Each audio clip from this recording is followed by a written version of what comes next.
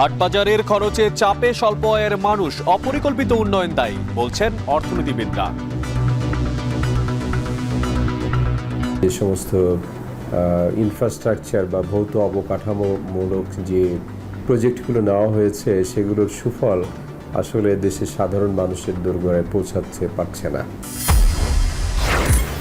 পেঁয়াজের ঝাঁজ কিছুটা কমলেও চড়া আলুর বাজার। চট্টগ্রামে মাছের সরবরাহ বাড়ায় ক্রেতাদের স্বস্তি। তুলনামূলকভাবে দাম আমাদের সাধারণের জন্য মোটামুটি ঠিক আছে, এই জন্য এখান থেকে মাছ নিয়ে আর কি। নতুন পেঁয়াজ এই হিসাবে দাম তুলনামূলক কম না। আমরা সাধারণ যারা আছি তাদের তো না গেলে বাইরে এক পর্যায়ে চলা অনেক দুষ্কর।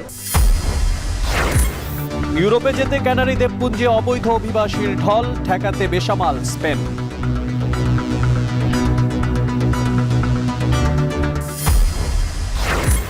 এবং এন্টিগায় আজ বাংলাদেশের অগ্নি পরীক্ষা। নিজের 50তম টেস্ট স্মরণীয় করতে চান অধিনায়ক মিরাজ।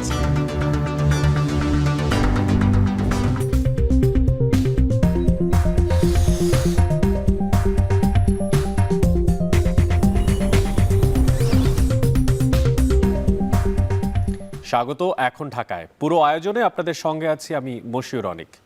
দেশে গত 15 বছরে আয়ের তুলনায় খরচ বেড়েছে কয়েক গুণ, আর এর প্রধান কারণ হিসেবে অপরিকল্পিত অবকাঠামো উন্নয়নকে দায়ী করছেন বিশ্লেষকরা। শুধু সামষ্টিক অর্থনীতি নয়, আওয়ামী সরকারের আমলে সুবিধাভোগীদের সিদ্ধান্তে ব্যাংক ও শেয়ার বাজারের তারল্য এবং আস্থাও তলানিতে নেমেছে বলে মনে করছেন তারা। রাসেল আহমেদের ছবিতে বাকিটা জানাচ্ছেন আতাউর নিয়ন। হাটবাজারের খরচে মধ্যম আয়ের মানুষের খুব একটা চাপ না হলেও গত 15 বছরে তা বোঝা হয়ে দাঁড়িয়েছে স্বল্প ও নিম্ন আয়ের মানুষের। 6% মূল্যস্ফীতি 1.5 যুগে ছাড়িয়েছে 12%-এর বেশি। পায়ে হেঁটে গত 20 বছর আগে গামছা বিক্রি করে না যতটা ভালো ছিলেন, তিনিও জানালেন টানাপোড়েনের কথা। আবার 2 যুগ ধরে ছোট টং দোকান বা রিক্সা চালানো ব্যক্তিও 15 বছরে আয়ের থেকে ব্যয় বেশি বৃদ্ধির ক্ষোভ প্রকাশ করলেন। 15 বছর আগে যে ইনকাম করতাম ওটা তো 300 টাকা মারলে যেটা, এখন 1000 মারিও সেটা। এখন তার টাকার বেশি, কিন্তু লাভ নাই। সংসার খরচ তো আগের থেকে অনেক রুজির উপর সংসার খরচ, বুঝেন না? আগে যদি 10,000 খরচ তো 15,000 খরচ, 10,000 খরচ আর কি। আগে তো রুজি আসলে বেশি, খরচ বেশি।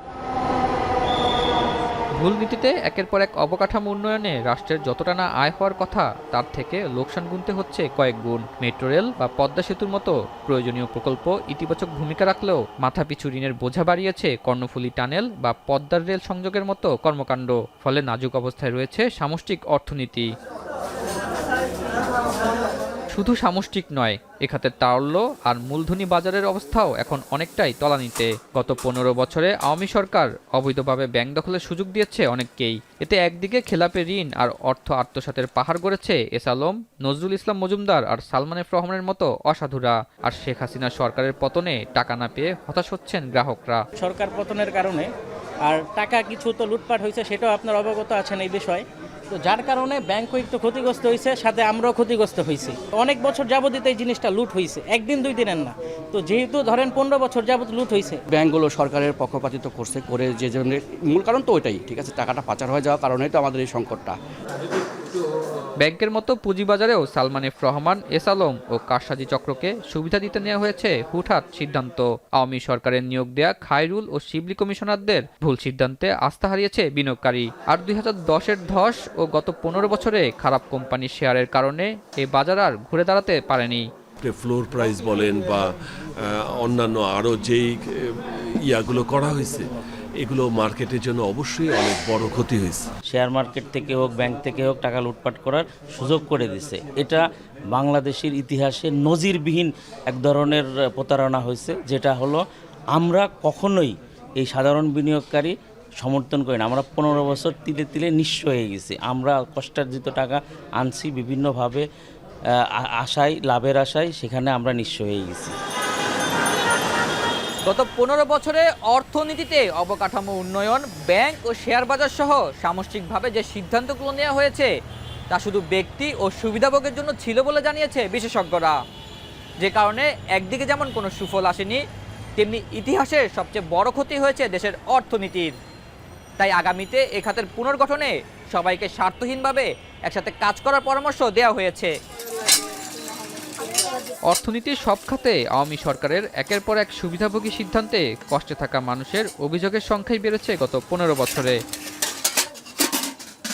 অপরিকল্পিত অবকাঠামো উন্নয়নের মতো ব্যাংক খাতে নেওয়া সব সিদ্ধান্তেই ঘাটতি ছিল বলে জানান ব্যাংকাররা। সব ভুল সিদ্ধান্তের মধ্যে বড় ক্ষতি করেছে ব্যাংক দখল, ঋণ নিয়ে খেলাপি হওয়া আর অর্থ আত্মসাতের সুযোগ দেয়া। ব্যাংক খাতের যদি আমরা বিভিন্ন ভুল সিদ্ধান্তের কথা বলি, আমরা অনেকগুলো বলতে পারবো। ছোট বড় প্রচুর ভুল সিদ্ধান্ত ছিল। বড় ঋণ খেলাপিদেরকে নামমাত্র ডাউন পেমেন্ট দিয়ে তাদের শিডিউল করার ব্যবস্থা করে দেওয়া, এই বিষয়গুলো খুব আত্মঘাতী সিদ্ধান্ত ছিল ব্যাংকের জন্য। সময়সীমা যা বাড়িয়ে দেওয়া হচ্ছে তাতে করেও কিন্তু খেলাপি ঋণ লুকিয়ে রাখার ব্যবস্থা করা হয়েছিল। এই দুটো খুব বড় সিদ্ধান্ত ব্যাংকগুলোকে তলে তলে কিন্তু খেয়ে ফেলেছিল। সেই সাথে অস্তিত্ব নেই এমন কোম্পানিকে তালিকাভুক্ত হয়ে অর্থ তোলার সুযোগ দেয়া আর আইনে ছাড় দিয়ে কারসাজিকারীদের সুবিধা দেওয়ার কারণে শেয়ার বাজার বিনিয়োগকারী হারিয়েছে বলে জানিয়েছেন এ খাতের ব্যবসায়ীরা। যত আইনি করা হোক, যতই সংস্কারের কথা বলো, আসলে কোনোটাই কিন্তু কাজে আসেনি।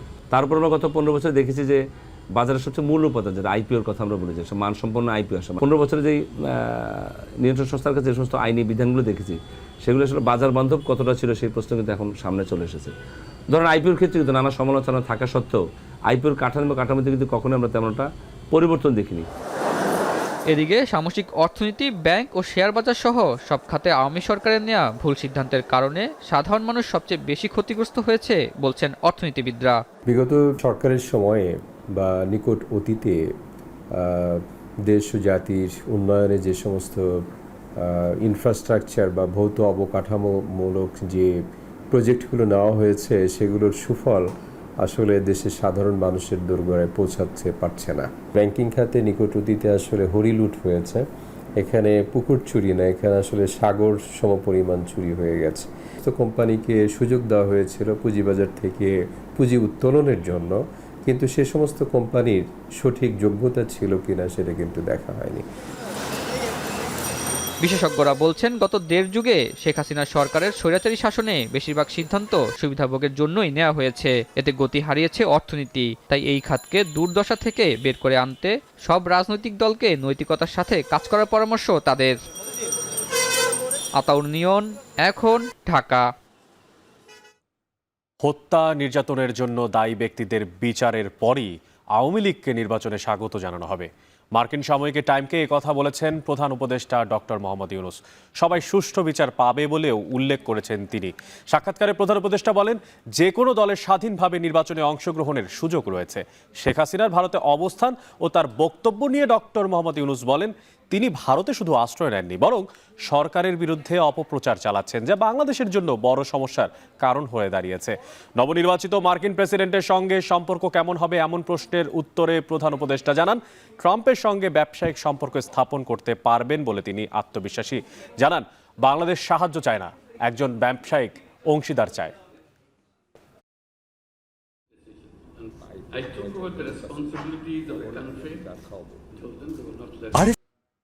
পেঁয়াজের দাম কিছুটা কমলেও সপ্তাহ ধরে চড়া মূল্যে বিক্রি হচ্ছে আলু। এছাড়া বাজারে শীতকালীন সবজির পর্যাপ্ত সরবরাহ থাকলেও দাম নিয়ন্ত্রণের দাবি করে যাচ্ছেন ক্রেতারা। ছুটির দিনের বাজার পরিস্থিতি জানাতে রাজধানীর কাউরান বাজার থেকে এই মুহূর্তে যুক্ত হয়ে আছেন মাজার ইমন। চলে যাব তার কাছে। ইমন, জানাবেন যে এই যে আলুর দাম নিয়ন্ত্রণে আনা নিয়ে এখন পর্যন্ত নতুন কোনো তথ্য আপনি পেয়েছেন কিনা, আর বেলা বাড়ার সাথে সাথে শীতকালীন যেসব শাকসবজি বিক্রি হচ্ছে তাদের যেই দরদাম তাতেও কোনো তারতম্য দেখতে পাচ্ছেন কিনা? অনেক আলুর দামের কথা দিয়ে যদি শুরু করতে চাই, আমি খুচরা এবং পাইকারি পর্যায়ে বিক্রেতা উভয়ের সাথে আমার কথা হয়েছে সকালবেলায় কারণ বাজারে এসে। খুচরা পর্যায়ে যে বিক্রেতারা যেটি বলছেন, তারা মূলত আড়তদারদের উপরে দোষটা পাচ্ছেন বা যে অভিযোগটি করছেন যে আড়তদারদের কাছ থেকে তারা বেশি দামে ক্রয় করে আনেন, ফলেই তাদেরকে বেশি দামে বিক্রি করতে হয়, যেটি খুচরা পর্যায়ে এখন 70 থেকে 75 টাকা কেজি দরে বিক্রি করছে। আমি পাশাপাশি পাইকারি বিক্রেতাদের সাথেও কথা বলেছিলাম, তারা যেটি বলছেন যে তাদের যেই মূল কথা সেটি হচ্ছে বাজারে পর্যাপ্ত পরিমাণের আলু নেই এবং তাদের যে ধারণা সেটি হচ্ছে নতুন আলু উঠলে বাজারে দাম কিছুটা কমতে পারে। পাশাপাশি তারা যেই পরামর্শ দিয়েছেন, অর্থাৎ বিক্রেতারা যে পরামর্শ দিয়েছেন যে আমদানির যে পরামর্শ, অর্থাৎ পার্শ্ববর্তী দেশ সহ বিভিন্ন দেশ থেকে আলুর আমদানির উপর তারা গুরুত্ব আরোপ করেছেন। তারা যেটি বলছেন যে বাজারে যদি পর্যাপ্ত পরিমাণের আলু আসে তাহলেই যে দাম কমার যে বিষয়টি সেটি হয়ে আসবে। গত 3 সপ্তাহের ব্যবধানে বাজারে 10 থেকে 15 টাকা পর্যন্ত আলুর যে কেজি প্রতি দাম সেটি বেড়েছে আমরা দেখেছি। আর পেঁয়াজের কথা যদি বলতে চাই, পেঁয়াজের দাম কিছুটা কমেছে গত 2-3 সপ্তাহের তুলনায়, 10 থেকে 15 টাকা কমেছে। আমি যদি বলতে চাই, দেশি পেঁয়াজ এখন বিক্রি হচ্ছে 100 থেকে 110 টাকা, 120 টাকা। মানভেদে পেঁয়াজগুলো বিক্রি হচ্ছে 120 টাকা পর্যন্ত সর্বোচ্চ, পাবনা এবং রাজবাড়ী এলাকার যে সমস্ত দেশি পেঁয়াজ রয়েছে। পাশাপাশি ভারতীয় পেঁয়াজের কথা যদি বলতে চাই, ভারতীয় পেঁয়াজ 70 থেকে 80 টাকা কেজি বিক্রি হচ্ছে। আমি যদি একটু কারণ বাজারের চিত্র দেখাতে চাই, যে সবজির যেই চিত্র, সেই সবজিতেও আমরা দেখেছি যে শীতকালীন সবজির সরবরাহ রয়েছে বাজার জুড়ে। আমরা দেখেছি যে নতুন আলু উঠেছে, কাঁচা টমেটো উঠেছে, অর্থাৎ শীতকালীন যে সমস্ত সবজিগুলো রয়েছে, বাঁধাকপি, ফুলকপি, এগুলো উঠেছে। ফুলকপি আমরা দেখেছি যে একটু ভালো ফুলকপিগুলো 50 থেকে 60 টাকা পিস বিক্রি করছে, বাঁধাকপিও 50 থেকে 60 টাকা বিক্রি হচ্ছে। নতুন আলু বিক্রি হচ্ছে 120 টাকা কেজি, পাশাপাশি কাঁচা টমেটো বিক্রি হচ্ছে 90 টাকা কেজিতে। অর্থাৎ শীতকালীন যে সমস্ত সবজিগুলো রয়েছে সেগুলোর উপস্থিতি বাজারে পর্যাপ্ত রয়েছে। বিক্রেতারা যেটি বলছেন যে সামনে আরও পুরোপুরি শীত নামলে বাজারে শীতকালীন সবজির আরও ক্ষেত থেকে বাজার পর্যন্ত মানে সরবরাহ বৃদ্ধি হলেই সেই দামের আরও কিছুটা কমতে পারে। এক কথায় যদি সার্বিক চিত্র বলতে চাই, ছুটির দিনে ক্রেতারা যেটি বলছেন যে ছুটির দিন পেলে বিক্রেতারা কিছুটা দাম বৃদ্ধি রাখে, এই সমস্ত অভিযোগ রয়েছে ক্রেতাদের। তবে ক্রেতারা যেটি বলছেন যে মৌসুমি যে সমস্ত পণ্যগুলো রয়েছে, বিশেষ করে এই পেঁয়াজ, তারপরে ফুলকপি, বাঁধাকপি, মৌসুমি সবজিগুলো আসলে কেন এখনো দাম সেই পরিমাণে কমেনি, সেই বিষয়টিও তুলেছেন। সার্বিক চিত্র যদি বলতে চাই, আজকে ছুটির দিনে কারণ বাজার থেকে এই পেঁয়াজ এবং পেঁয়াজের দাম কিছুটা কমেছে, আর আলুর দাম এখনো চড়াই রয়েছে গত 2-3 সপ্তাহের তুলনায়। তো সার্বিক পরিস্থিতি এই ছিল রাজধানীর কারণ বাজার থেকে আমার কাছে সবশেষ। আমাদের সঙ্গে যুক্ত ছিলেন মাজার ইমন, তিনি কারণ বাজার থেকে জানাচ্ছিলেন শাকসবজি সহ অন্যান্য নিত্য প্রয়োজনীয় দ্রব্যের সবশেষ দরদাম। দর্শক জানেন নিশ্চয়ই, সামুদ্রিক মাছে ভরপুর দেশের অন্যতম বৃহত্তম পাইকারি মাছ বাজার চট্টগ্রামের ফিশারি ঘাট। সরবরাহ বাড়ায় বাজারে মাছের দামে এসেছে স্বস্তি, তবে ইলিশের যোগান কম থাকায় বছর শেষেও হতাশ হতে হচ্ছে ক্রেতা বিক্রেতাদের। এ বিষয়ে আমাদের কাছে একটা প্রতিবেদন আছে সহকর্মী ফয়সাল করিমের, দেখে নেব সেটি। শীত শীত ভোরে সাগরের মাছ উত্তাপ ছড়াচ্ছে চট্টগ্রাম নগরীর ফিশারি ঘাটে। জমজমাট মাছ বাজারে মূল আকর্ষণ এসব বিশাল বিশাল আকারের মাছ। মঙ্গলবার রাতে গভীর সমুদ্রে জেলেদের জালে ধরা পড়ে বিশাল আকারের কোরাল, পাঙ্গাস ও লাক্ষা। ট্রাক থেকে নামাতেই যা ঘিরে উৎসুক মানুষের ঢল। মূলত এক একটি 35 থেকে 40 কেজি ওজনের কোরাল নজর কাড়ে সকলের। আড়তে ওঠার 20 মিনিটেই মনপ্রতি 10 লাখে দুটি কোরাল কিনে নেন স্থানীয় দুই মাছ ব্যবসায়ী। তারা জানান, এই মাছ কেজি প্রতি 1000 টাকা হলেও পটকা বা বায়ুথলির দাম ওঠে লাখ লাখ টাকা। যে মাছের পটকা যত বড়, সে মাছ থেকে আয়ও তত বেশি। পটকার উপরে বেচিক করে আমরা ক্রয় করছি আর কি। এখন নসিব হয়তো এটাতে 2 লাখ লাভ হইতে পারে, নাহলে আবার 2 লাখ লস হইতে পারে। 17 কেজি 18 কেজি হয়ে থাকে, এগুলা বিশেষ করে পতনাটা একটু দাম বেশি। মূলত শীতের সময়ে এমন বিশাল আকৃতির মাছ ধরা পড়ে জেলেদের জালে।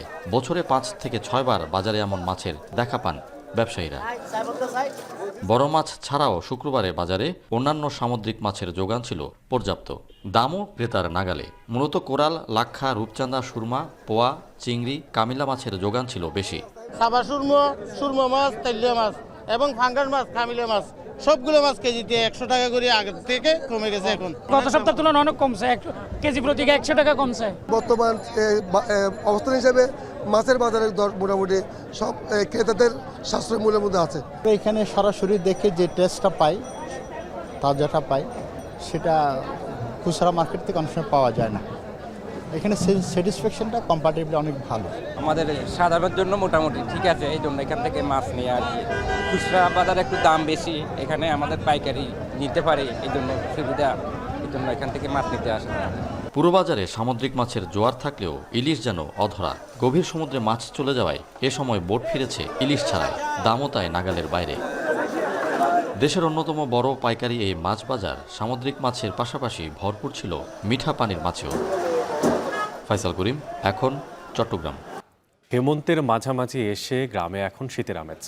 ফসল তোলায় কৃষকের ঘরে উৎসব, চাল বাটার শব্দ আর পিঠার ঘ্রাণ, মিষ্টি ঘ্রাণে ভরে উঠেছে কৃষানির উঠান।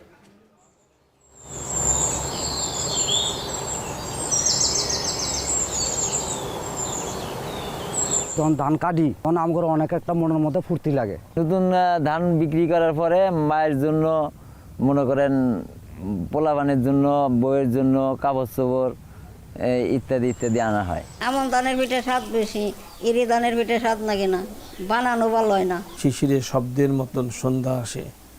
এখন শিশির হয়তো পড়ে, কিন্তু টিনের চালে আমাদের তো টিনের চাল নেই। ফেনীর রাজাঝির দিঘিতে শুরু হয়েছে বড়শিতে মাছ ধরা প্রতিযোগিতা। যেন উৎসবে মেতেছেন 400-র বেশি শৌখিন মৎস্য শিকারী। সহকর্মী সোলেমান ডালিম আছেন সেখানে, সেই দিঘির পাড়ে সরাসরি চলে যাচ্ছে সেখানে। ডালিম, আমার জানতে ইচ্ছে করছে যে আসলে ঠিক কত বড় এবং কতগুলো মাছ উঠছে বড়শিতে টোপ দিয়ে, আর পাশাপাশি এটাও জানাবে যারা বিজেতা, যারা জয়ী হবেন তাদের জন্যই বা পুরস্কার কি নির্ধারণ করা হয়েছে?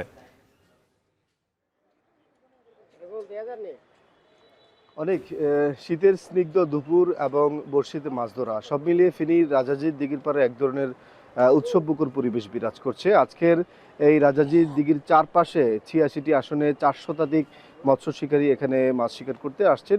এখানে যারা মাছ শিকার করতে আসছেন এরা সকলেই কিন্তু ফেনীর নয়, ফেনীর বাইরে ঢাকা, চট্টগ্রাম, খুলনা, নোয়াখালী এবং বিভিন্ন অঞ্চল থেকে তারা মাছ শিকার করতে এসছেন। আমরা দেখেছি যে এই মাছ শিকারকে কেন্দ্র করে রাজাজির দিঘির আশপাশ এবং পুরো ফেনী শহরে এক ধরনের উৎসব মুখর পরিবেশ বিরাজ করছে। আমরা যেটি দেখেছি যে সকাল থেকে এ পর্যন্ত কিন্তু 10 কেজি ওজনের একটি কাতল ধরা পড়েছে। সর্বোচ্চ এই দিঘির পাড় এখানে কিন্তু 30 থেকে 35 কেজি ওজনের মাছও কিন্তু ধরা পড়ে। এখানে রুই, কাতল, মৃগেল সহ এবং কোরাল সহ বিভিন্ন প্রজাতির মাছ রয়েছে। এই মাছ ধরাকে কেন্দ্র করে রাজাজির দিঘির পাড়ে যেসব ব্যবসায়ী রয়েছে তাদের মধ্যেও এক ধরনের প্রাণচাঞ্চল্য বিরাজ করে এবং তাদের যে ব্যবসা সেটিও চাঙ্গা হয়ে ওঠে। আমরা কথা বলেছি আয়োজকদের সাথে। আয়োজকরা যেটি বলেছেন যে এখানে 86টি আসন রয়েছে, সেই 86টি আসনে 400 শতাধিক মৎস্য শিকারী মাছ শিকার করছেন। তারা কিন্তু দেশের বিভিন্ন প্রান্ত থেকে এসছেন। তাদের নিরাপত্তা এবং অন্যান্য যেসব সুযোগ সুবিধা রয়েছে সেই সব সুযোগ সুবিধা কিন্তু নিশ্চিত করা হয়েছে। এর পাশাপাশি কিন্তু মাছ শিকারকে কেন্দ্র করে যে স্থানীয় যারা রয়েছেন তারাও কিন্তু অংশগ্রহণ করছেন। এই মাছ শিকারটি, এই যে রাজাজির দিঘি, এই দিঘিটি কিন্তু ফেনী শহরের একদম প্রাণকেন্দ্রে অবস্থিত। বলা চলে এই রাজাজির দিঘিকে কেন্দ্র করেই কিন্তু ফেনীর যে গোড়াপত্তন সেটি হয়েছিল, যার ফলশ্রুতিতে দিঘি শহরে একদম মাঝখানে হওয়াতে এই যে উৎসব, এই উৎসবের রেশ পড়েছে পুরো শহরে। তো এই ছিল আমার কাছে রাজাজির দিঘির থেকে বর্ষিতে মাছ ধরার উৎসবের খবরের সর্বশেষ। আমার মন বসে না শহরে, ইট পাথরের নগরে, তাই তো এলাম সাগরে, তাই তো এলাম সাগরে। সাপ্তাহিক ছুটির এই দিনে পর্যটকের তাই তো ভিড় জমে ঠিক সমুদ্রের পাড়ে, তেমনই ভিড় জমেছে কুয়াকাটায়। বুকিং হয়ে গেছে হোটেল, রিসোর্ট, গেস্ট হাউসের বেশিরভাগ অংশ। পর্যটকদের আগমনে চাঙা হয়ে উঠেছে সেখানে ব্যবসা বাণিজ্য। এ বিষয়ে বিস্তারিত জানাতে সেখান থেকে যুক্ত আছেন, কলাপাড়া থেকে যুক্ত আছেন সহকর্মী জসিম পারভেজ। জসিম, আমি আপনাকে দেখতে পাচ্ছি আপনি সমুদ্রের পাড়েই আছেন। জানাবেন যে এই যে পর্যটকরা যাচ্ছে তাদের মধ্যে ছুটির আমেজটা কেমন দেখতে পাচ্ছেন এবং যে ব্যবসায়িক পরিক্রমাটা সৃষ্টি হয় একে কেন্দ্র করে সেই তরজাদা ব্যবসায়ীর ব্যাপারে একটু জানতে চাই।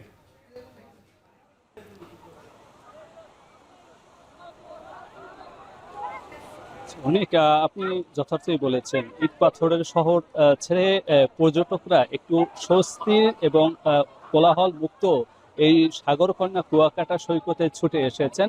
আজ সরকারি ছুটি উপলক্ষে দেশের বিভিন্ন স্থান থেকে লাখো পর্যটকের ঢল নেমেছে এই কুয়াকাটা সৈকতে। এখন বঙ্গোপসাগরে জোয়ার চলছে, আর এই জোয়ারের যে উত্তাল ঢেউয়ের সঙ্গে বহু পর্যটক নরনারী, বিভিন্ন বয়সের নরনারী তারা স্নান করে নিচ্ছেন সমুদ্রে। একই সঙ্গে যে বহু পর্যটক তারা কিন্তু এই পর্যটন স্পট যে কুয়াকাটা, যে কুয়ার নামে কুয়াকাটা নামকরণ করা হয়েছে, সেই কুয়া পরিদর্শন করছে এবং রাখাইনদের যে ইতিহাস ঐতিহ্যের যে সকল নিদর্শন রয়েছে সে সকল নিদর্শনগুলো পরিদর্শন করেছে। সেখানে যে রাখাইনদের যে মিউজিয়াম রয়েছে এবং বৌদ্ধ মূর্তি রয়েছে, ঐতিহ্য, এখানকার ইতিহাস ঐতিহ্যের ধারক যে রাখাইনরা, সে রাখাইনদের জীবনযাপন, সে সকল কৃষ্টিকালচার সবগুলো কিন্তু পরিদর্শন করছে তাদের মিউজিয়ামে গিয়ে। একথা বলা যায় যে এই পর্যটন মৌসুমটা হচ্ছে কুয়াকাটা মানুষকে বিনোদন দেওয়ার জন্যই তৈরি হয়েছে। সে কারণে কিন্তু পর্যটন কেন্দ্র কুয়াকাটাকে সাগরকন্যা কুয়াকাটাও খ্যাতি দিয়েছে। একই স্থানে দাঁড়িয়ে এই কুয়াকাটা সৈকতের সূর্য উদয় এবং সূর্য অস্তের মনোরম দৃশ্য দেখা যায় এবং এখানে বনানী রয়েছে এবং লাল কাঁকড়ার বিচরণ রয়েছে।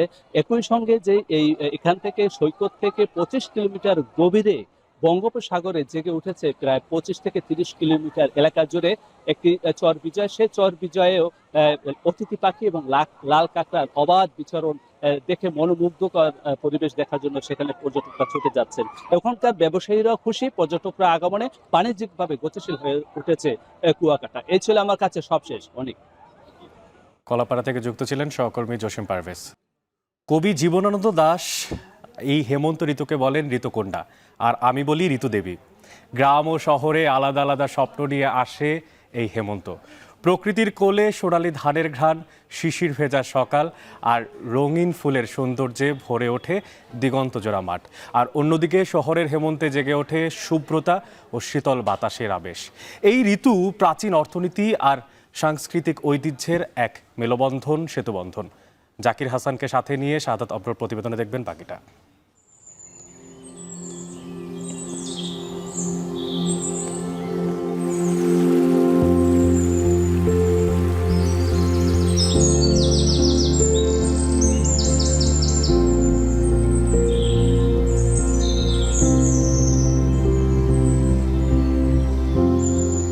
প্রথম ফসল গেছে ঘরে, হেমন্তের মাঠে মাঠে ঝরে শিশিরের জল।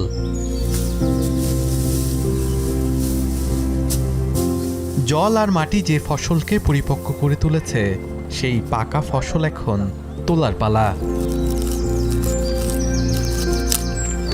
কাজ চলছে ভোর থেকেই।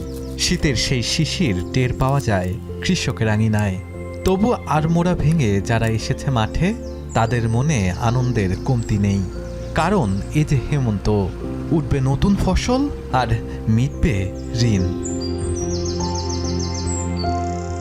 আমাদের শহরগুলোতে হেমন্ত আসে বিভিন্ন ধরনের স্বপ্ন নিয়ে। যেমনি গ্রামে এই হেমন্ত আসে কিশোরীর নতুন জামা হয়ে, কিংবা নতুন বইটা হয়ে। আবার কৃষকের কাছে হেমন্ত ধরা দেয় নতুন কিছু ধান হয়ে, পিঠা পুলি হয়ে। ঠিক তেমনি মুদ্রার অপর পাশে ঢাকাতে এই হেমন্ত আসে শুভ্রতাকে ভর করে, কিছু শীতল বাতাস নিয়ে। এখানেও বইছে শীতের বাতাস। হেমন্তের নতুন ফসল আরেকটু সচ্ছল করে কৃষককে। অনেক দিনের বায়না জমানো সন্তানের কিংবা স্ত্রীর শখের কানের দুল কিনবার সময় যেন এখনই। তাই তো কৃষকের চোখে ফুটে উঠে তৃপ্তির ছায়া। যখন মনে করি নতুন ধান আমরা লাগাই, যখন ধান কাটি, তখন আমার অনেক একটা মনের মধ্যে ফুর্তি লাগে, বা মনটা চায় সবাইকে দিয়ে আমরা খাই। নতুন ধান বিক্রি করার পরে মায়ের জন্য, মনে করেন পোলাপানের জন্য, বইয়ের জন্য কাপড় চোপড় ইত্যাদি ইত্যাদি আনা হয়।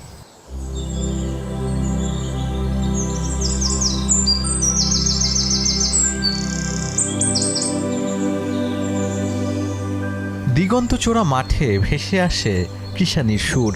কুমড়ো শাকের ক্ষেতের দায়িত্বটা যেন তার। সকালের রান্না শেষে সেও আসে মাঠে। 3.5 লক্ষ টাকা লাভ শাক বেচছি, আল্লাহ দিলে অনেক 2.5 লক্ষ টাকা লাভ হয়েছে। গৃহস্থের ধান পাইছি 2 লক্ষ টাকা, আল্লাহ দিলে অনেক আবার ধান খেতে ইয়া করে আলু খেতে করি। অন্যদিকে যারা ফসল ঘরে তুলেছে, তাদের ঘরে এখন উৎসবের আমেজ। পিঠাপুলি আর মিষ্টি মুখের ধুম লেগেছে। চাল বাটার শব্দ আর পিঠার মিষ্টি ঘ্রাণে ভরে উঠেছে উঠান। এমন ধানের পিঠে স্বাদ বেশি, ইরি ধানের পিঠে স্বাদ লাগে না, বানানো ভালো হয় না। এনে কলে বাঙ্গাইয়ে খায়, আর আগে ডেহিতে পারাই ভেঙে বানাই খাওয়াইছে। হেমন্ত আর কৃষকের সম্পর্ক যেন পৃথিবীর মতোই প্রাচীন। আধুনিক জীবনে হেমন্তের অবদান অনেকাংশই ফিকে হলেও কৃষকের সন্তান এখনও এই ঋতুর অপেক্ষায় দিন গুনে। নতুন ধান লাগিয়েছে, সেই ধানটা কবে উঠবে, কৃষানি থেকে শুরু করে একজন কৃষকের ছেলে মেয়ে, তার পাড়া প্রতিবেশী, তার যারা হচ্ছে পাওনাদার দেনাদার, সবাই কিন্তু প্রহর গুনতো যে এই নতুন ধান কবে উঠবে।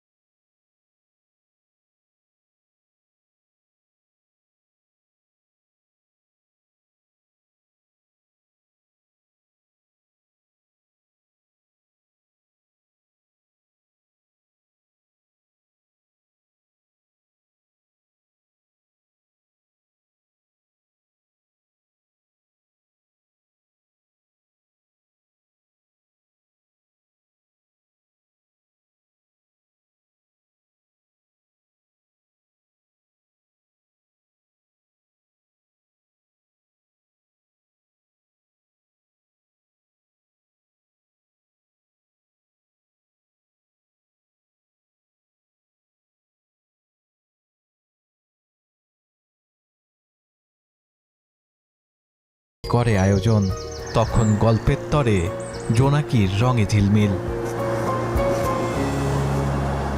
শাহাদাত অবসর, এখন ঢাকা।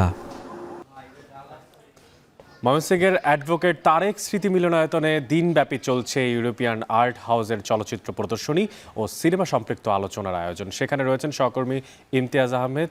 চলে যাচ্ছে সেখানে। ইমতিয়াজ, চলচ্চিত্র যারা প্রেমী তাদের জন্য নিশ্চয়ই একটা বিশেষ দিন। তো প্রথমে জানাবেন যে ঠিক কতগুলো চলচ্চিত্র আজকে প্রদর্শনী করা হচ্ছে এবং এই যে চমৎকার আয়োজন, এটা নিয়ে চলচ্চিত্র প্রেমীরাই বা কি বলছেন?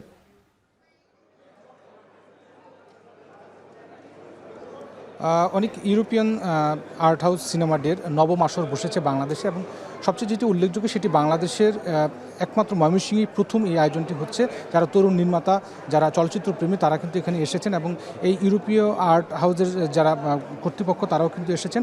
আমরা দেখতে পাচ্ছি যে দর্শক সারিতে এখন কিন্তু মূলত চলচ্চিত্র প্রদর্শনী চলছে, এবং যার কারণে কিন্তু আমরা দেখতে পাচ্ছি যে মূলত যারা এই আয়োজক রয়েছেন তারা কিন্তু এখানে এসেছেন। এবং এখানে আমরা দেখতে পাচ্ছি যে ফ্রান্সের রাষ্ট্রদূত রয়েছেন মেরি মাসা দুইপুই, ইউনেস্কো বাংলাদেশের প্রধান ডক্টর সুশান ভাইস, ইউরোপীয় ইউনিয়নের উন্নয়ন সহযোগিতা সংস্থার প্রধান ডক্টর মিশেল ঝিজা ও ইউরোপিয়ান ইউনিয়নের ক্লাইমেট চেঞ্জ দলের প্রধান প্রতিনিধি প্রধান মিস্টার হার্বার্ট ব্লম। মূলত international academy of film and মিডিয়ার হাত ধরে ইউরোপিয়ান আর্ট হাউস সিনেমা ডের 2024 নবম আসরের সহযোগী হয়েছে বাংলাদেশ, এবং আজকেই কিন্তু ইউরোপিয়ান আর্ট হাউস সিনেমার নবম আসর কিন্তু বাংলাদেশের এই ময়মনসিংহ শহরের এই তারেক অর্জুন সিনেমা হলে মিলনায়তনে কিন্তু অনুষ্ঠিত হচ্ছে। মূলত যেটা তারা একটু আগে একটা আলোচনা অনুষ্ঠান হলো, এখন চলচ্চিত্র প্রদর্শনীর আয়োজন চলছে।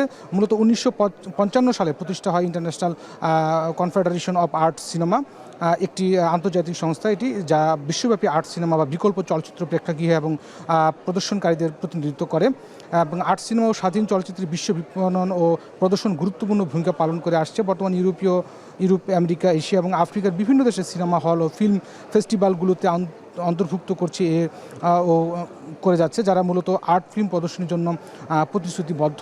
এবং যেটা আলোচকরা বলার চেষ্টা করছেন যে মূলত যে আলোচকরা বলার চেষ্টা করছেন যে তরুণ যারা নির্মাতা রয়েছেন এবং তাদের মাধ্যমে মূলত সিনেমা একটি গণতন্ত্র, রাজনৈতিক এবং বিভিন্ন অন্যায়ের বিরুদ্ধে কথা বলে, এবং তরুণ নির্মাতারা যেন আরও উৎসাহিত হয় সিনেমার প্রতি, এবং আর্ট ফিল্মের এই যাত্রাটা যেন আরও ভালো হয় সেই বিষয়ে আলোচনা করছেন। এবং আজকে 5টি চলচ্চিত্র প্রদর্শনী হবে, এবং সুরমা নামে একটি বাংলাদেশের চলচ্চিত্র এখানে প্রদর্শিত হবে। সব মিলিয়ে এই ছিল অনেক আমার কাছে ময়মনসিংহ থেকে সর্বশেষ এই ফেস্টিভ্যালের। ময়মনসিংহ থেকে যুক্ত ছিলেন সহকর্মী ইমতিয়াজ আহমেদ। ভোলার মনপুরায় সংরক্ষিত বনের গাছ কেটে ফেলছে একটি চক্র। এতে পরিবেশ ধ্বংসের পাশাপাশি দুর্যোগে ক্ষতিগ্রস্ত হচ্ছেন স্থানীয় বাসিন্দারা। তাদের অভিযোগ, বনের গাছ কেটে জ্বালানি হিসেবে ব্যবহার হচ্ছে ইট ভাটায়। যদিও বন কর্মকর্তাদের দাবি, বনদস্যুদের বিরুদ্ধে নেওয়া হচ্ছে আইনি ব্যবস্থা। অঙ্কুর রায়ের তোলা ছবিতে বাকিরা জানাচ্ছেন ইমতিয়াজুর রহমান। উপকূলের বাসিন্দাদের বিভিন্ন প্রাকৃতিক দুর্যোগ থেকে রক্ষা করে ম্যানগ্রোভ বনাঞ্চল। 70-এর জলোচ্ছ্বাসে ব্যাপক ক্ষয়ক্ষতির পর দ্বীপজেলা ভোলায় বৃক্ষরোপণের মাধ্যমে গড়ে তোলা হয় উপকূলীয় সবুজ বেষ্টনী। তবে সাগর তীরের এই ম্যানগ্রোভ বন নির্বিচারে ধ্বংস করছে ভূমি ও বনদস্যুরা। মনপুরার আলমনগর, জংলার খাল, উত্তর সাকুচিয়া, লতার খাল, দক্ষিণ সাকুচিয়া, পচাকোরালিয়া সহ বিভিন্ন এলাকায় গাছ কেটে বন ধ্বংস করা হচ্ছে। নেই আগের মতো পাখিদের কলকাকলি। দিন দিন বনের সৌন্দর্য হারিয়ে হরিণের পাশাপাশি কমে গেছে পর্যটকও। প্রভাবশালীদের ছত্রছায়ায় গড়ে তোলা হচ্ছে ঘরবাড়ি, মাছের খামার আর হাটবাজার। নদীতে ভাঙ্গি বাগান ছোট হয়ে গেছে, ফড়িং বন পাখি যা ছিল সব ধরেন না বিভিন্ন জায়গায় চলে গেছে। এরপরে কিছু প্রকাশশালী ক্ষমতার বলে কিছু খাইছে। এরপরে কেরবা গাছ টাছ অনেক আছিল, এদিন ক্ষমতার বলে কেউ খাইছে, বেশি ফেলাইছে, ফরেস্টারও বেচছে। হরিণ, বানর এইসব ছিল মনপুরার একটা আলাদা সৌন্দর্য। এগুলা দেখার জন্য দূর দূরান্ত থেকে পর্যটকরা আসতো। এগুলো এখন কমে যাওয়া কি প্রায় বিলুপ্তির পথে। বান্দা হয়েছে, ওর পরে দুইটা পানি জমে গেছে। পানি জমার পরে এটা মনে হয় গাছটি মরে গেছে। নদীতে ভাঙ্গে যাওয়ার কারণে অনেকগুলো বন চলে গেছে গা, এবার গাছগুলো ভাঙ্গে গেছে গা। এরপরে শহরের যে গাছগুলা আছে সবগুলা নেতা বেতারা ক্ষমতা দিয়ে দেওয়া কাটিয়ে নিয়ে সব বিক্রি করতে বিচ্ছে এলাইছে। বন বিভাগ বলছে ভোলার মনপুরার 3টি বিটে 30,000 একর জমিতে কেওড়া, বাইন, সুন্দরী, কাকড়া, গেওয়া, করমজা, গোলপাতা সহ বিভিন্ন প্রজাতির গাছ রয়েছে। রক্ষা কবচ হিসেবে কাজ করা উপকূলের বন উজাড় করায় প্রাকৃতিক দুর্যোগের ঝুঁকি বাড়ছে। বন রক্ষায় বনদস্যুদের বিরুদ্ধে নিয়মিত নেওয়া হচ্ছে আইনি ব্যবস্থা। আমাদের বিভিন্ন প্রাকৃতিক দুর্যোগে এটাকে ঢাল হিসেবে কাজ করছে। এটাকে যদি অপরিকল্পিতভাবে সেটাকে কর্তন করা হয়, এর ফলে এই যে আমাদের প্রাকৃতিক দুর্যোগের হাত থেকে বাঁচার জন্য আমাদের কিছুই থাকবে না। বনের ক্ষতি করে বা এনক্রোচমেন্ট করে গাছ কাটে তাদের বিরুদ্ধে সাথে সাথে আমরা মামলা দিয়েছি এবং কোনো জায়গায় বন নিধন হয়েছে অথচ মামলা হয় নাই বা কোনো অ্যাকশন নেওয়া হয় নাই, আইনগত অ্যাকশন সেরকম জায়গা নাই। প্রত্যেকটা জায়গার এগেনস্টেই মামলা নেওয়া হয়েছে এবং আমরা যেগুলো বন ক্ষতি হয়েছে সেগুলোকে আমরা আবার পুনর্স্থাপন করছি বনের। জেলায় বন বিভাগের নিয়ন্ত্রিত বনভূমি রয়েছে 1,48,646.18 একর। এর মধ্যে সংরক্ষিত বনায়ন রয়েছে 73,421.78 একর। আর সাগর তীরের মনপুরা রেঞ্জের আওতায় 30,120 একর বন রয়েছে। আর বনদস্যুদের কবল থেকে এসব বন রক্ষায় বন বিভাগের 14টি বিট ও 12টি কেন্দ্র রয়েছে। ইমতিয়াজুর রহমান, এখন ভোলা। ইউরোপে যেতে স্পেনের ক্যানারি দ্বীপপুঞ্জকে নিরাপদ ট্রানজিট পয়েন্ট হিসেবে বেছে নিচ্ছেন আফ্রিকা ও এশিয়ার অবৈধ অভিবাসীরা। এ অবস্থায় গত বছরের চেয়ে চলতি বছর ক্যানারি দ্বীপপুঞ্জে অবৈধ অভিবাসীর ঢল বেড়েছে 23% বেশি। এতে উদ্বিগ্ন স্পেন। বিস্তারিত জানাচ্ছেন তহিদুর রহমান। গন্তব্য ইউরোপের বিভিন্ন দেশ। এর জন্য স্পেনের ক্যানারি দ্বীপপুঞ্জকে নিরাপদ রুট হিসেবে বেছে নিচ্ছেন অবৈধ অভিবাসীরা। জীবনের ঝুঁকি নিয়ে ছোট নৌযানে করে সাগরপথের এই যাত্রা কয়েক গুণ বেড়েছে বলে জানিয়েছে ইউরোপীয় ইউনিয়নের অনিয়মিত অভিবাসন নিয়ন্ত্রণ সংস্থা ফ্রন্টেক্স। চলতি বছরের শুরু থেকে 15 নভেম্বর পর্যন্ত প্রায় 40,000 অবৈধ অভিবাসীকে তালিকাভুক্ত করার কথা জানিয়েছে স্পেনের স্বরাষ্ট্র মন্ত্রণালয়, যা গত বছরের একই সময়ের চেয়ে 23% বেশি। ক্যানারিতে পাড়ি দেয়া বেশিরভাগই আফ্রিকার দেশ মালির। সংঘাতময় পরিস্থিতিতে নিজ দেশে মৃত্যুর আতঙ্কের তুলনায় সমুদ্রপথের এই যাত্রায় ভয় পাওয়ার কোনো কারণ নেই বলে দাবি মালি থেকে যাত্রা করা অভিবাসীদের।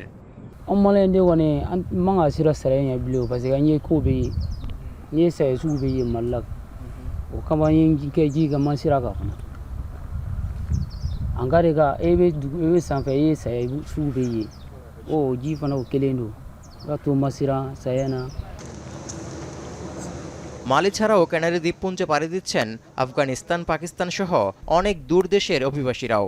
গন্তব্যে পৌঁছাতে চোরা কারবারের হাতে সর্বোচ্চ 16,000 ইউরো তুলে দিচ্ছেন তারা। সংযুক্ত আরব আমিরাত, ইথিওপিয়া ও সেনেগাল দিয়ে পৌঁছে দেওয়া হচ্ছে অবৈধ অভিবাসীদের।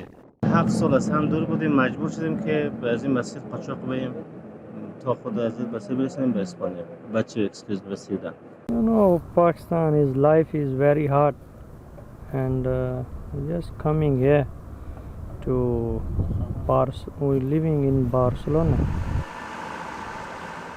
2024 সালে ক্যানারি দ্বীপপুঞ্জে অবৈধ অভিবাসীদের যাত্রা বাড়ায় স্পেনের জন্য উদ্বেগের কারণ হয়ে দাঁড়িয়েছে। বিশেষ করে মালির পর এশিয়ার দেশগুলো থেকে যাত্রার বিষয়টি বেশি করে ভাবাচ্ছে। Y esto nos está preocupando mucho porque parece ser que en el mundo se empieza a fijar o a mirar hacia Canarias como una de esas principales puertas de entrada sin control a la Unión Europea. বর্তমানে Libyan কর্তৃপক্ষের কঠোর নিয়ন্ত্রণে ইতালির উদ্দেশ্যে রওনা হওয়া নৌকাগুলো বাধাগ্রস্ত হওয়ায় ক্যানারি দ্বীপপুঞ্জ ইউরোপে অবৈধ অভিবাসী প্রবাহের ইঙ্গিত দিচ্ছে বলেও মনে করছেন বিশেষজ্ঞরা। Europe has changed over the past year, as it has been changing in recent years depending on the degree of externalizations. Canary দ্বীপপুঞ্জে পৌঁছানোর চেষ্টায় সমুদ্রে নৌযান ডুবির ঘটনায় 2024 সালে এখন পর্যন্ত কমপক্ষে 800 অভিবাসী মারা গেছেন। তৌহিদুর রহমান, এখন বিশ্ব। দর্শক, শেষ করছে এখন ঢাকা, তবে তার আগে শিরোনামগুলো আরো একবার। হাটবাজারের খরচের চাপে স্বল্প আয়ের মানুষ, অপরিকল্পিত উন্নয়ন দায়ী বলছেন অর্থনীতিবিদরা। যে সমস্ত ইনফ্রাস্ট্রাকচার বা ভৌত অবকাঠামোমূলক যে প্রজেক্টগুলো নেওয়া হয়েছে সেগুলোর সুফল আসলে দেশের সাধারণ মানুষের দোরগোড়ায় পৌঁছাতে পারছে না। পেঁয়াজের ঝাঁজ কিছুটা কমলেও চড়া আলুর বাজার। চট্টগ্রামে মাছের সরবরাহ বাড়ায় ক্রেতাদের স্বস্তি। তুলনামূলকভাবে দাম আমাদের সাধারণের জন্য মোটামুটি ঠিক আছে, এই জন্য এখান থেকে মাছ নিয়ে আর কি। নতুন পেঁয়াজ এই হিসাবে দাম তুলনামূলক কম না। আমরা সাধারণ যারা আছি তাদের তো না গেলে বাইরে এক পর্যায়ে চলা অনেক দুষ্কর। ইউরোপে যেতে ক্যানারি দ্বীপপুঞ্জে অবৈধ অভিবাসীর ঢল, ঠেকাতে বেসামাল স্পেন।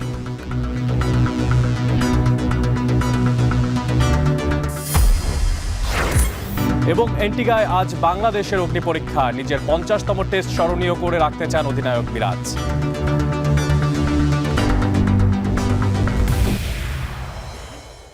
দর্শক, এই ছিল এখন ঢাকার আয়োজনে। এখন টেলিভিশন ওয়েবসাইটে দেখতে ভিজিট করুন www.ekon.tv। এছাড়া এখন টেলিভিশন ফেসবুকে দেখতে ভিজিট করুন facebook.com/tv.ekon। এছাড়া ইউটিউবে এখন টেলিভিশন দেখতে ভিজিট করুন youtube.com/c/ekontv।